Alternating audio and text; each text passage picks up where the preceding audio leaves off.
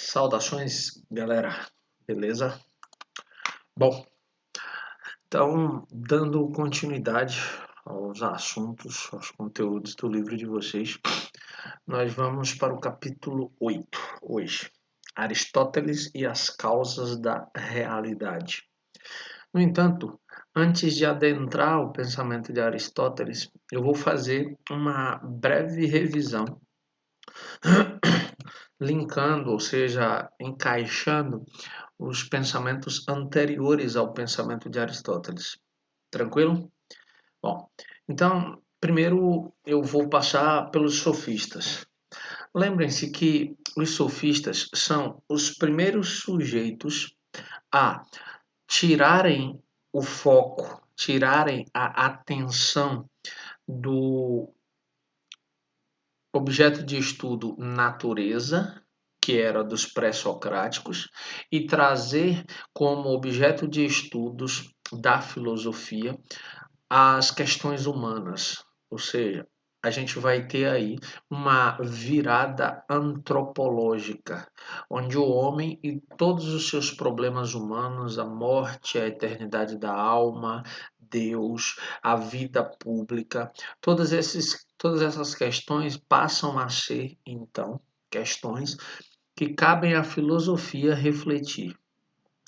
No entanto, essa mudança que os sofistas fazem inicialmente, como é um primeiro momento dessa mudança, eles não aprofundam significativamente.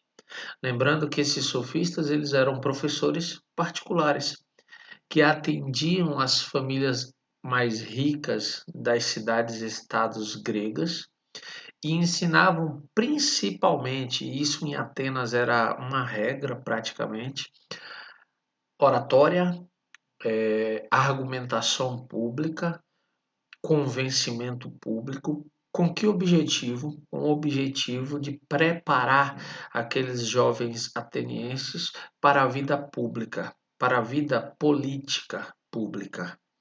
Então, é naquele momento que a filosofia começa então a pensar as relações humanas. Logo após os sofistas, e quando eu digo após, eu não estou dizendo que foi um período depois, não, eles foram contemporâneos, eles viveram a mesma época. Nós temos Sócrates. E Sócrates é considerado o pai da filosofia. Não porque de fato tenha inventado essa forma de saber. Como vocês bem sabem, quem primeiro pensou filosoficamente falando foi Tales de Mileto. Mas Sócrates é chamado de pai da filosofia porque a partir do pensamento de Sócrates, a partir do momento que Sócrates aprofunda essa investigação sobre as questões humanas, a partir do momento que Sócrates usa a ironia e a maiêutica, dois métodos para trazer à luz, ou seja, para tornar aberto o acesso ao conhecimento. Então ele acaba mudando completamente a história da filosofia. E por isso a gente passa então a pensar a filosofia antes de Sócrates, os chamados pré-socráticos, que tinham como objeto de estudo a natureza, a physis, e nós temos os pós-socráticos. Quem são os pós-socráticos? São os sujeitos que vêm depois que Sócrates inaugura então essa forma revolucionária de pensar os problemas humanos, a ética, os valores, a morte, a crença nos deuses, lembrando que Atenas era uma sociedade politeísta, e todas essas questões, a forma como nós construímos conhecimento e tudo isso. Depois de Sócrates, nós temos uma outra figura que foi objeto da aula, da última aula que nós tivemos, Platão, que foi aluno de Sócrates, e Platão é considerado até hoje um dos maiores e mais importantes filósofos de toda a história da filosofia. Por que Platão é tão importante? Por que Platão é tão relevante para a história da filosofia? Porque Platão ele vai iniciar inúmeras situações muito importantes para o estudo da filosofia e que até hoje acabam colaborando para o entendimento de outros temas que surgiram depois dele.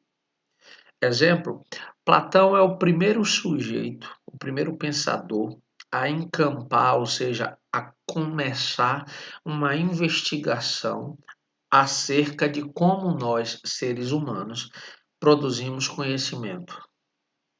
Platão é chamado por isso de o primeiro idealista ou o primeiro racionalista. Por quê? Lembrem-se da última aula. Platão vai pegar a realidade e vai dividi-la em duas. Uma ele vai chamar de mundo das ideias e a outra ele vai chamar de mundo da matéria. Lembrando que quando Platão chama um mundo da matéria, ele está dizendo que esse mundo da matéria ele é inferior. E ele está dizendo que o mundo das ideias é superior.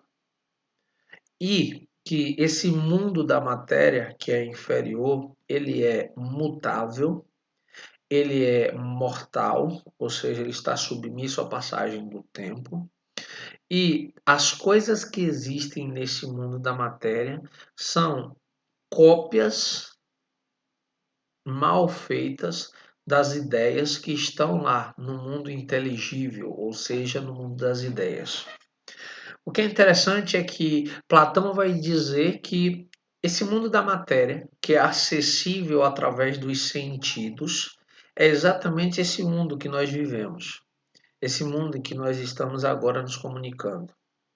Então ele vai dizer que esse mundo que é percebido pelos cinco sentidos humanos, ou seja, tato, paladar, olfato, audição, visão, esse mundo tende a ser uma cópia e esses sentidos, ou seja, a forma como a gente percebe a realidade, os sentidos tendem a nos enganar. Então, o que a gente percebe através dos cinco sentidos não merece uma confiança completa, segundo Platão. E Platão vai dizer que o mundo das ideias, ele é eterno, ele é perfeito, porque todas as ideias de tudo o que existe estão lá, únicas, cada uma das ideias. E elas são perfeitas, eternas, imutáveis. E você deve estar se perguntando: caramba, velho, esse cara tomou todinho vencido, não tem condição. Porque se eu acesso o mundo da matéria, esse mundo sensível, através dos meus cinco sentidos, como, de que forma eu acesso o mundo inteligível, ou seja, o mundo das ideias? E a resposta de Platão é simples: através da razão. Através da profunda reflexão, qualquer indivíduo é capaz de acessar o mundo das ideias. Quando a gente ouve essas ideias todas sobre Platão e sobre a sua teoria do conhecimento, é natural que a gente fique meio zonzo porque nos foge às coisas que fazem parte do dia a dia. Mas o que é que ele estava querendo dizer com essa separação de realidades?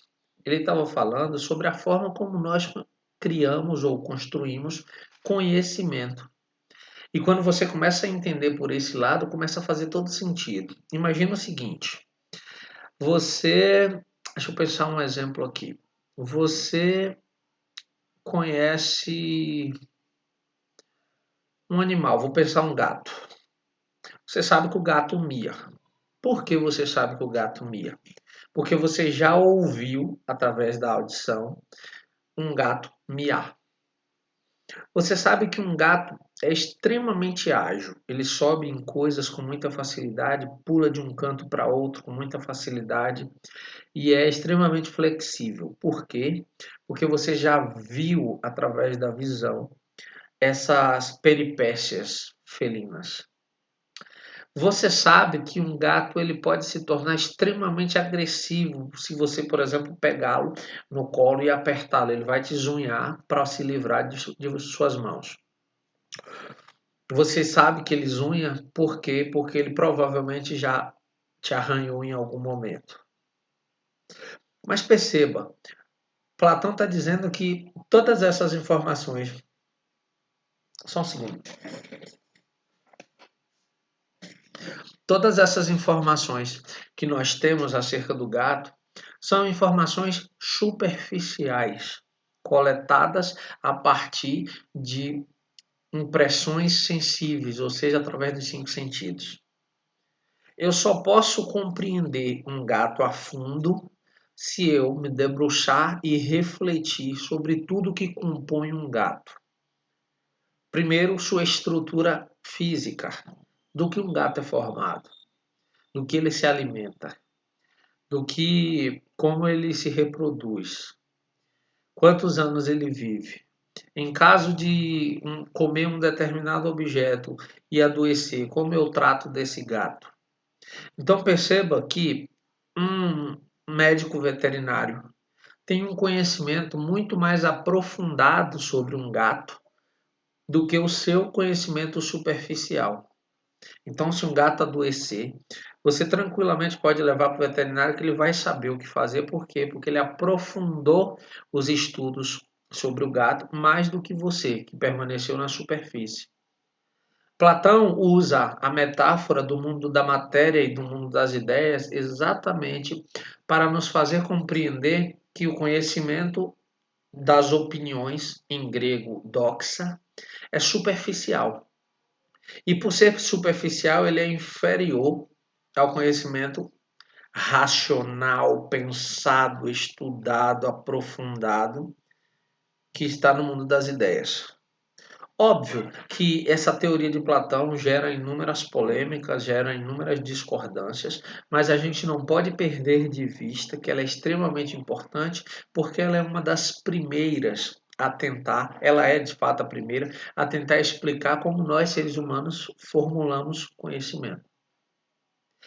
E aí, esse cara que a gente vai estudar hoje, Aristóteles, e aí eu dividi o capítulo dele em partes menores para você entender cada detalhe.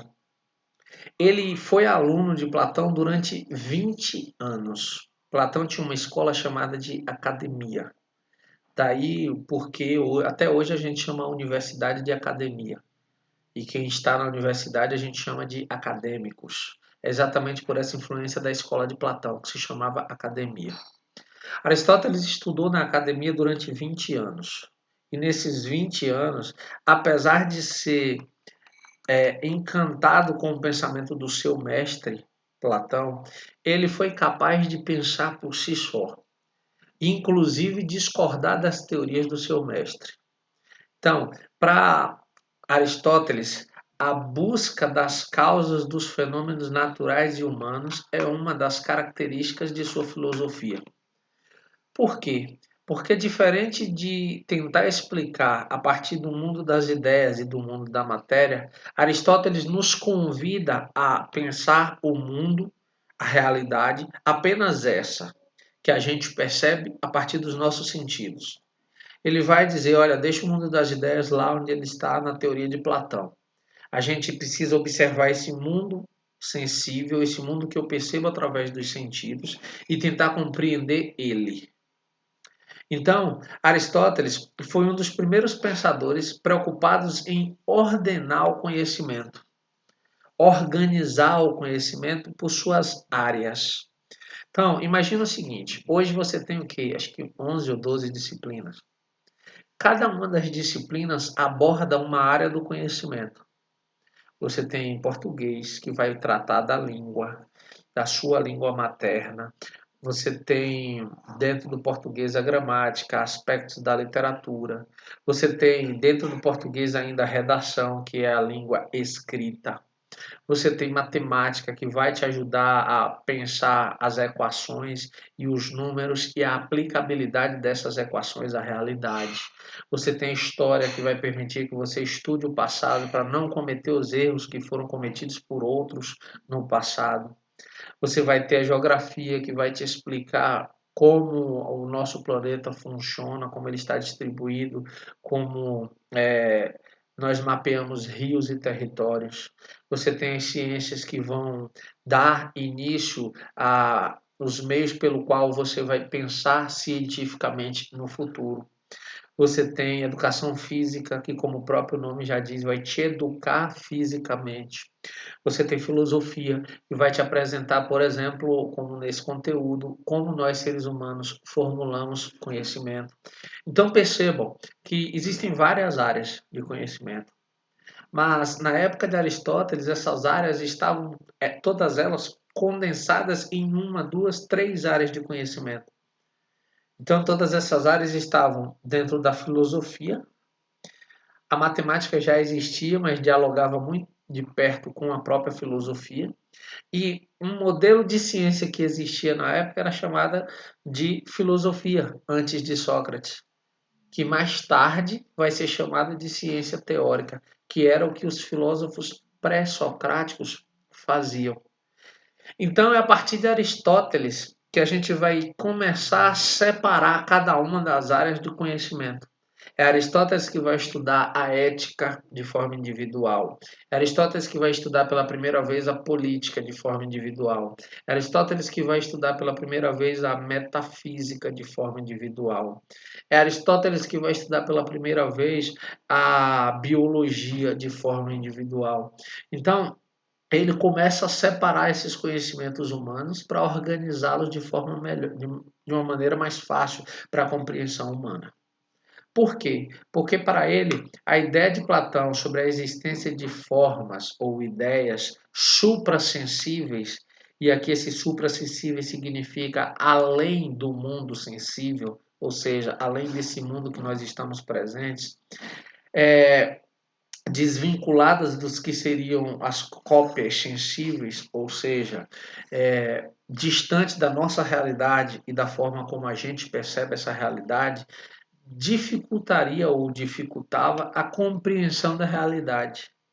Então, para Aristóteles, se eu preciso discutir alguma coisa, que eu parta de uma referência aqui no mundo sensível e não fora dele. Porque se eu partir de um exemplo fora desse mundo sensível, se eu pegar um exemplo no mundo suprassensível, ou seja, além do mundo sensível, eu vou dificultar o entendimento. E para ele era necessário simplificar o conhecimento para que as pessoas tivessem acesso e pudessem pensar sobre ele. Tá tranquilo até aqui? Se tiver alguma dúvida, anota no caderno, a gente tira na próxima live. Então eu vou avançar. Bom, então para ele, a essência das coisas sensíveis deveria ser procurada nas próprias coisas e não fora delas. Assim, pode-se conhecer como uma coisa verdadeiramente é, observando-a e raciocinando sobre ela. Olha o que ele está nos convidando a fazer. Ele está dizendo: olhe para a realidade da qual você faz parte, observe aquela realidade, pense sobre aquela realidade, formule um conhecimento sobre aquela realidade e não fora dela. E não no mundo das ideias, como defendia Platão, que era professor de Aristóteles. Então, Aristóteles ele muda drasticamente a forma de nós compreendermos e produzirmos conhecimento. Ele vai dizer o seguinte: você pode conhecer um cachorro. Claro, você sabe que um cachorro late. Você sabe que um cachorro morde. Você sabe que um cachorro tem pelo, dependendo da raça, mais ou menos. Que eles podem ser grandes, pequenos, médios. Mas percebam como seus conhecimentos são superficiais. Um médico veterinário, como o exemplo do gato citado anteriormente, ele precisa conhecer um cachorro de forma muito mais profunda. Por quê? Porque cabe a um médico veterinário salvar, por exemplo, a vida de um cachorro caso ele adoeça. E se ele tivesse apenas um conhecimento superficial, provavelmente ele não poderia ajudar esse cachorro. Então, um veterinário vai ter conhecimentos científicos sobre esse cachorro que você, como dono de um cachorro, ainda não será capaz de ter. Assim, para Aristóteles, acontece com todas as coisas. Então, nós teríamos conhecimentos diferentes a respeito de um mesmo ser.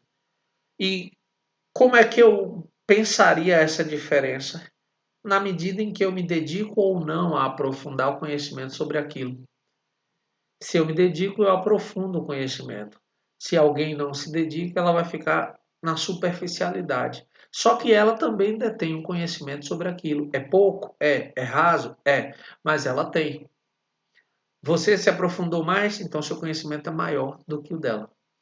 Tá claro? Então vamos adiante. Os tipos de conhecimento. De acordo com o filósofo, quando vemos, preste atenção, são os 5 sentidos. Quando vemos, através da visão, ouvimos, através da audição, cheiramos, através do olfato, ou tocamos, através do tato, alguma coisa, já estamos, por meio dos órgãos dos sentidos, aqui não tem esse é dos sentidos, adquirindo conhecimento sobre ela. Então, o que é que Aristóteles está nos dizendo? Que como eu vivo nesse mundo sensível, em que eu acesso esse mundo através dos 5 sentidos, todos esses sentidos me oferecem todo dia uma experiência nova. E essa experiência é conhecimento. É um conhecimento aprofundado? Não. Eu vou precisar refletir sobre ele, se eu quiser aprofundar. Mas é um conhecimento. Logo, ao longo dos anos, você vai desenvolvendo várias experiências relacionadas a esse animal. Vou pensar o cachorro. Até formar um conceito desse animal, que é o cachorro. E o que seria então a construção de um conceito? Seria a capacidade de ouvir a palavra cachorro e ser capaz de pensar exatamente no que essa palavra quer dizer. Vamos fazer um exercício rápido aqui, enquanto eu falo? Pense num cachorro. Provavelmente você pensou num cachorro que faz parte da sua vida, que é seu animal de estimação, ou que já foi, ou que é um animal de estimação da casa de alguém que você frequenta, mas você foi capaz de pensar num cachorro. Se você não tivesse construído esse conceito de cachorro para você, você ficaria sem saber no que pensar. Se eu disser para vocês, e aí eu vou falar para a turma, pense num ornitorrinco. Algumas pessoas podem não saber o que é um ornitorrinco. Inclusive fica aqui o convite para pesquisarem no Google. Quem já viu, ouviu, leu sobre ornitorrinco vai ser capaz de lembrar disso e vai ter a imagem de um ornitorrinco na mente e sabe o que a palavra ornitorrinco significa. Quem não conhece não vai ser capaz de lembrar por quê? Porque não dominou, não interiorizou, não conhece o conceito. Logo, por meio da memória, você uniu várias experiências em que pôde ver, ouvir e tocar um cão. Com isso, adquiriu um conhecimento mais geral sobre esses seres que abanam o rabo e latem. Daí, se você ouvir a palavra cachorro, independente da raça, independente do tamanho, independente da qualidade do pelo, você será capaz de pensar num cachorro. Só para aprofundar um pouquinho mais, eu vou dizer, pense num pão de sal, um pão francês. Todos vocês serão capazes de pensar. Por quê? Porque sabem o que é um pão francês. Mas se eu disser, pense num obturador de uma máquina fotográfica. A maioria de vocês não será capaz de pensar nessa pequena peça que fica dentro das máquinas fotográficas e que fazem o trabalho de abrir e fechar a cortina por onde entra a luz para a produção de uma fotografia. Por quê? Porque vocês nunca viram um obturador. Logo, não são capazes de pensar sobre ele. Tranquilo? Então, vamos adiante para a gente finalizar. Logo, para Aristóteles, existem diversos graus de conhecimento sobre os seres. O que adquirimos por meio dos órgãos dos sentidos seria uma forma inicial de conhecimento, e não um engano ou ilusão como pensava Platão. Tá vendo? Ele está dizendo, olha, o que você vê, o que você percebe através dos sentidos é uma fase inicial. Como é que você aprofunda isso? Através da reflexão. Mas não é uma ilusão como Platão tinha colocado. Olha ele discordando do seu mestre, Platão. Assim, esse saber seria básico e, mesmo limitado, abriria portas para outras maneiras de conhecer. Sendo assim, esse primeiro passo ofereceria à pessoa a capacidade de dar outros passos, passos maiores, para um conhecimento mais profundo. Mas esse passo inicial é fundamental. Toda caminhada começa no primeiro passo, não importa se ela vai durar 10 dias ou alguns minutos.